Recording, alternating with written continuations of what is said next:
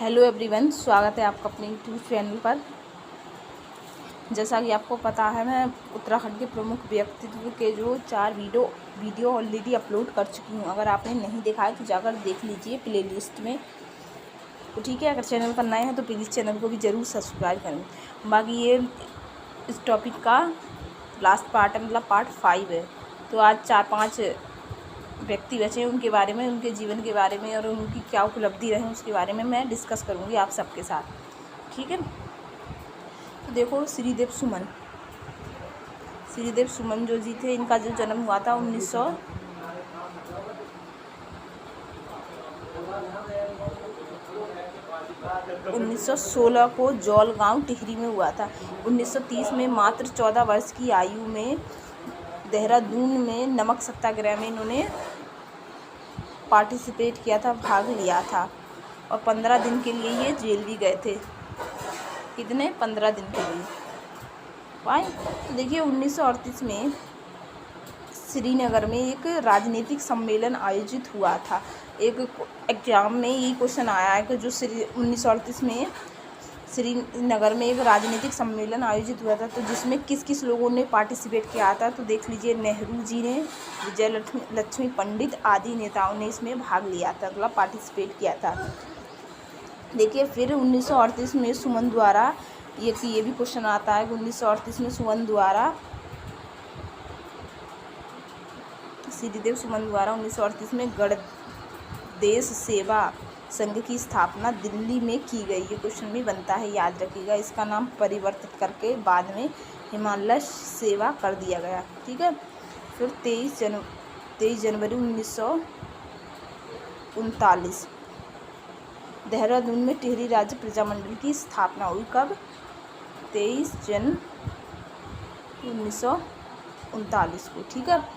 फिर इसके बाद क्या हुआ? प्रजामंडल के संदर्भ में बात करने के लिए ये गांधी जी से मिलने वर्धा गए। वहाँ से वापस आने पर जब ये वापस आए गांधी जी से मिलकर, तो टिहरी पुलिस ने उन्हें राज्य की सीमा पर प्रवेश करने नहीं दिया, मतलब एंटर करने नहीं दिया राज्य की बॉर्डर पर, ठीक है। तो फिर इसके बाद क्या होता है, देखिए। फिर 27 दिसंबर 1943 में इन्होंने पुनः प्रवेश करना चाहा राज्य की सीमा पर। तब 30 दिसंबर 1923 को इन्हें जेल में डाल दिया गया। अब जेल में डालने के बाद फिर इन्हें माफ़ी मांगने के लिए विवश किया गया, मजबूर किया गया। इम्पोर्टेंट है, ठीक है। फिर आगे देखिए, सुमन ने उत्तर दिया। जब इन्हें माफ़ी मांगने के लिए विवश या मजबूर किया गया, तो इन्होंने उत्तर दिया पुलिस को कि तुम मुझे तोड़ सकते हो, मोड़ नहीं सकते। फिर 21 फरवरी 1944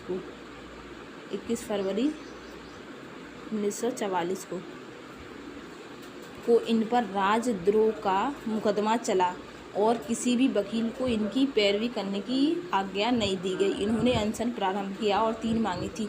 देखिए, 21 फरवरी 1944 को इन पर राजद्रोह का मुकदमा चला। फिर सरकार द्वारा, मतलब या वहाँ की पुलिस द्वारा, किसी भी वकील को इनकी पैरवी करने या इनका केस लड़ने के लिए आज्ञा नहीं दी गई। फिर इन्होंने अनशन प्रारंभ किया, जो इनकी 3 मांगी थी। एक तो प्रजामंडल को भी मान्यता दी जाए, दूसरा मुझे पत्र व्यवहार की स्वतंत्रता दी जाए, मतलब जेल के अंदर इन्हें पत्र लिखने की स्वतंत्रता दी जाए, आज़ादी जाए। मेरे खिलाफ झूठे मुकदमे की सुनवाई राजा स्वयं बने। और जो इनके खिलाफ जो झूठे मुकदमे की जो सुनवाई जज ना करके राजा स्वयं उसकी सुनवाई करें। इनकी जब मांग का कोई प्रत्युत्तर न आने पर 3 मई 1944 को इन्होंने आमरण अनशन प्रारंभ किया, ठीक है। फिर 84 दिनों के पश्चात 25 जुलाई 1944, डेट याद रख लीजिए, इम्पोर्टेंट है, बहुत इम्पोर्टेंट है। ये प्रवक्ता के जो प्री का पेपर हुआ था उसमें भी ये क्वेश्चन आया था। तो इन्हें जेल में इनका देहांत हो गया। 84 दिनों के पश्चात 25 जुलाई 1944 का इनका देहांत हो गया। तो ये तो था श्रीदेव सुमन जी के बारे में, ठीक है। अब बात करेंगे हम शोभन सिंह जीना के बारे में।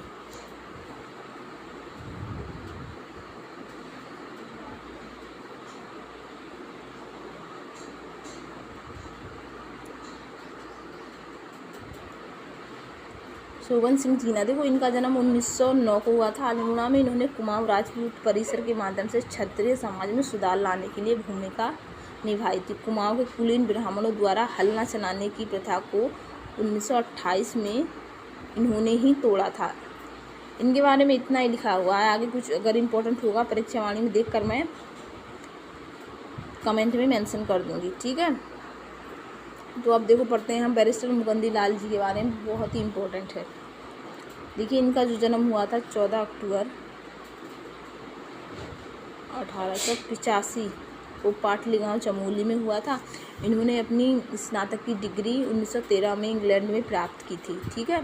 फिर 1913 से 19 तक ये इंग्लैंड में रहे और उस समय इनका परिचय तिलक से हुआ। इन्हीं के कारण ये राजनीति में सक्रिय हुए। कहने का मतलब है जब 1913 से लेकर 1919 तक ये इंग्लैंड में रह रहे थे, तब इनका इंट्रोडक्शन जो हुआ तिलक जी से हुआ, जिसके कारण ये राजनीति में मतलब राजनीतिक में सक्रिय हुए, एक्टिव हुए। फिर देखिए 1919 से लैंसडाउन से इन्होंने बहालत प्रारंभ की और 1920 में यूके के प्रतिनिधित्व के रूप में अमृतसर में अधिवेशन में भाग लिया। देखिए जब 1919 में इन्होंने लैंसडाउन से बगावत प्रारंभ की और 1920 में उत्तराखंड का प्रतिनिधित्व के रूप में अमृतसर में इन्होंने एक अधिवेशन में भाग लिया। इन्होंने कुली उतार और कुली बेगार आंदोलन में भी सहयोग दिया, इम्पोर्टेंट है। पेशावर कांड के नायक चंद्र सिंह गढ़वाल को कैप के आदेश की अवज्ञा करने के कारण फांसी की सजा हुई, परंतु मुकुंदी लाल ने उनकी फांसी की सज़ा को उम्र कैद में परिवर्तित करा दिया, ठीक है। उम्र कैद में परिवर्तित किया दिया। और देखिए सन 1926 में स्वराज दल के टिकट से ये गढ़वाल से चुनाव जीते और 1962 से 1967 तक उन्होंने लैंसडाउन विधानसभा का क्षेत्र का प्रतिनिधित्व किया। इसके बाद इन्होंने सक्रिय राजनीति से संन्यास ले लिया। राजनीति त्यागने के बाद अपना जीवन गढ़वाली साहित्य कला के पुनरुत्थान में लगा दिया। गढ़वाल चित्रकला के जो प्रसिद्ध कलाकार थे, मतलब चित्रकार थे, मौलाराम के चित्रों को इन्होंने खोज कर उन्हें कला जगत में प्रसिद्धि के शिखर पर पहुंचाने में इनका महत्वपूर्ण योगदान है। 1969 में प्रकाशित इनकी पुस्तक गढ़वाल पेंटिंग्स भारतीय चित्रकला का अमूल्य ग्रंथ है, इम्पोर्टेंट है, याद रखिए कि बैरिस्टर मुकुंदी लाल की कौन सी प्रसिद्ध मतलब प्रकाशित उनकी पुस्तक है गढ़वाल पेंटिंग्स। 10 जनवरी 1982 को इनका निधन हो गया। तो ये तो था बैरिस्टर मुकुंदी लाल जी के बारे में। बात करेंगे हम सुरेंद्र भाई जी के बारे में। देखिए इनका जो जन्म हुआ था 1964 को हुआ था टेहरी बूढ़ा केदार और 1994 में हुए रक्षा सूत्र आंदोलन की ये प्रेरणा स्रोत थे। 1994 में एक रक्षा सूत्र आंदोलन हुआ था, उसके ये प्रेरणा स्रोत थे, याद रखिएगा। इस आंदोलन का संबंध टिहरी गढ़वाल के रयाला गांव से है, इम्पोर्टेंट है, ठीक है। उम्मीद है आपको यहाँ तक पॉइंट समझ में आ रहे होंगे। अब बात करेंगे हम जयानंद भारती जी के बारे में। देखिए ये भी इम्पोर्टेंट है एग्जाम के पॉइंट ऑफ व्यू से, क्योंकि इनसे भी क्वेश्चन बना है। देखिए इनका जन्म जो हुआ था 17 अक्टूबर 1881 को हुआ था। कहाँ? पौड़ी गढ़वाल में। ये आर्य समाज से जुड़े और आर्य समाज की पुस्तक सत्यार्थ प्रकाश ने इनके जीवन पर महत्वपूर्ण प्रभाव डाला, ठीक है। गढ़वाल में प्रचलित छुआछूत और डोला पालकी जैसी कुप्रथाओं के विरुद्ध इन्होंने आवाज़ उठाई और उसका समापन करने में सफलता प्राप्त की। इस आंदोलन में महात्मा गांधी ने इनका साथ दिया था, याद रखिएगा। तो ये तो था जयानंद भारती जी के बारे में। इन्होंने डोला पालकी और छुआछूत के जो कुप्रथाएं चलती थी उसमें इन्होंने आवाज़ उठाई, याद रखिएगा। अब बात करते हैं विश्वेश्वर सकलानी जी के बारे में। देखिए इनका जन्म 1924 को हुआ था, ठीक है, टिहरी में हुआ था। ये शहीद जो थे नरेंद्र सकलानी के छोटे भाई थे। पर्यावरण के क्षेत्र में योगदान देने के लिए इन्हें 1986 में इंदिरा प्रदर्शनी वृक्ष से सम्मानित किया गया था। याद रखिए, अगर क्वेश्चन पूछा जाए कि इंदिरा प्रदर्शनी वृक्ष मित्र पुरस्कार किसे दिया गया है, तो ये वीरेंद्र सकलानी जी को दिया गया है 1986 में, ठीक है। इन्हें उत्तराखंड का वृक्ष मानव कहा जाता है। क्वेश्चन बनता है एग्जाम में, याद रखिएगा। 90 वर्ष की आयु में इनकी मृत्यु हो गई थी। यहाँ 90 वर्ष की आयु में इनकी मृत्यु हो गई थी, ठीक है। तो ये तो था विश्वेश्वर दत्त सकलानी जी के बारे में।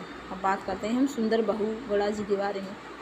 देखिए इनका जो जन्म हुआ था 1927 में गरुणा गांव टिहरी में हुआ था। देखिए इन्होंने चिपको आंदोलन को एक चरम सीमा तक पहुंचाया और टिहरी बांध है उत्तराखंड में जो सबसे ऊंचा बांध है एशिया का, और विश्व का चौथा बांध है, मतलब सबसे ऊंचा। तो उसका इन्होंने निर्माण किया, उससे टिहरी बांध का निर्माण का अत्यधिक इन्होंने विरोध किया। 1981 में भारत सरकार ने इन्हें पद्मश्री पुरस्कार देने की घोषणा की, परंतु इन्होंने उसे लेने से अस्वीकार कर दिया। अब 1986 में इन्हें वृक्ष मानव पुरस्कार दिया गया। याद रखिएगा 21 मई 2021 को इनका निधन हो गया।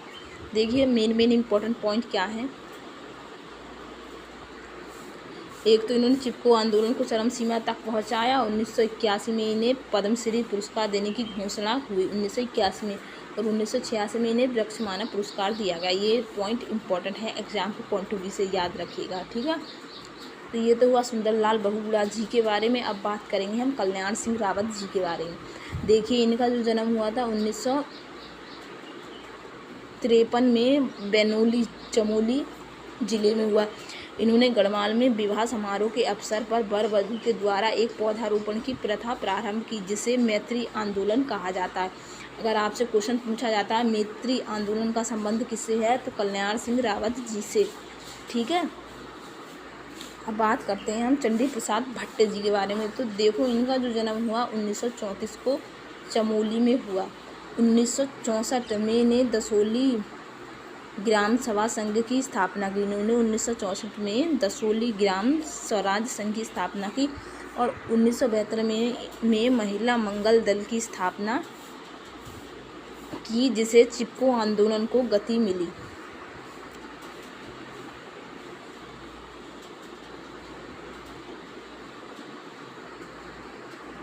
ठीक है। पर्यावरण एवं समाज सेवा के लिए इन्हें रमन मैगसेसे पुरस्कार दिया गया 1942 को, और 1981 को पद्मश्री, और 2005 में पद्म भूषण, और 2012 को गांधी शांति पुरस्कार इन्हें दिया गया, चंडी प्रसाद भट्ट जी को। इम्पोर्टेंट पॉइंट है ये तीनों, याद रखिएगा एग्जाम के पॉइंट ऑफ व्यू से, तो ठीक है। कुंवर सिंह नेगी, देखिए इनका जो जन्म हुआ 1927 को हुआ। जन्म वैसे पूछा नहीं जाता है, मगर फिर भी पौड़ी बता देती हूँ मैं। पौड़ी इन्होंने अनेक भारतीय भाषाओं को ब्रेन लिपि में परिवर्तित किया, ठीक है। इन्हें इस कार्य के लिए पद्मश्री और पद्म विभूषण से सम्मानित किया गया। मतलब जो लोग देख नहीं पाते, तो उनके लिए एक भाषा होती है जिसे ब्रेन लिपि कहते हैं, तो उस भाषा को इन्होंने जो हिंदी भारतीय भाषा है उसको ब्रेन लिपि में परिवर्तित किया, जिससे वो जो लोग देख नहीं सकते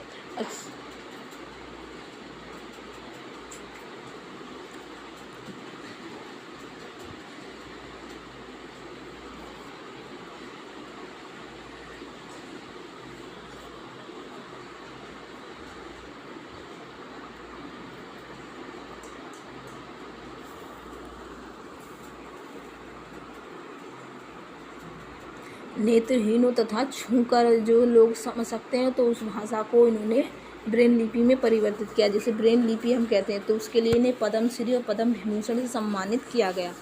तो अब देखो, अब हम बात करते हैं गोपाल दत्त बिष्ट जी के बारे में। तो देखिए ये हिंदी आशु लिपि हैं में इन्हें ग्रीज ऑफ बुक वर्ल्ड रिकॉर्ड में इनका नाम दर्ज है। 1982 को शामिल किया गया। इन्होंने 1 मिनट में 200 शब्दों को आशु लिपि में परिवर्तित किया। आशु लिपि का मतलब होता है मतलब कम समय में मतलब शब्दों को लिखना, उसे ही आशु लिपि पद्धति कहा जाता है। तो देखो अब बात करेंगे हम ज्योतिराव पांडे जी पे। ये IAS परीक्षा पास करने वाली उत्तराखंड की प्रथम महिला है। कौन? ज्योतिराव पांडे। ठीक है, अब बात करें हम मेजर जनरल कुमारी माया टम्टा। ये विश्व की पहली महिला जनरल हैं। कौन? मेजर जनरल कुमारी माया टम्टा।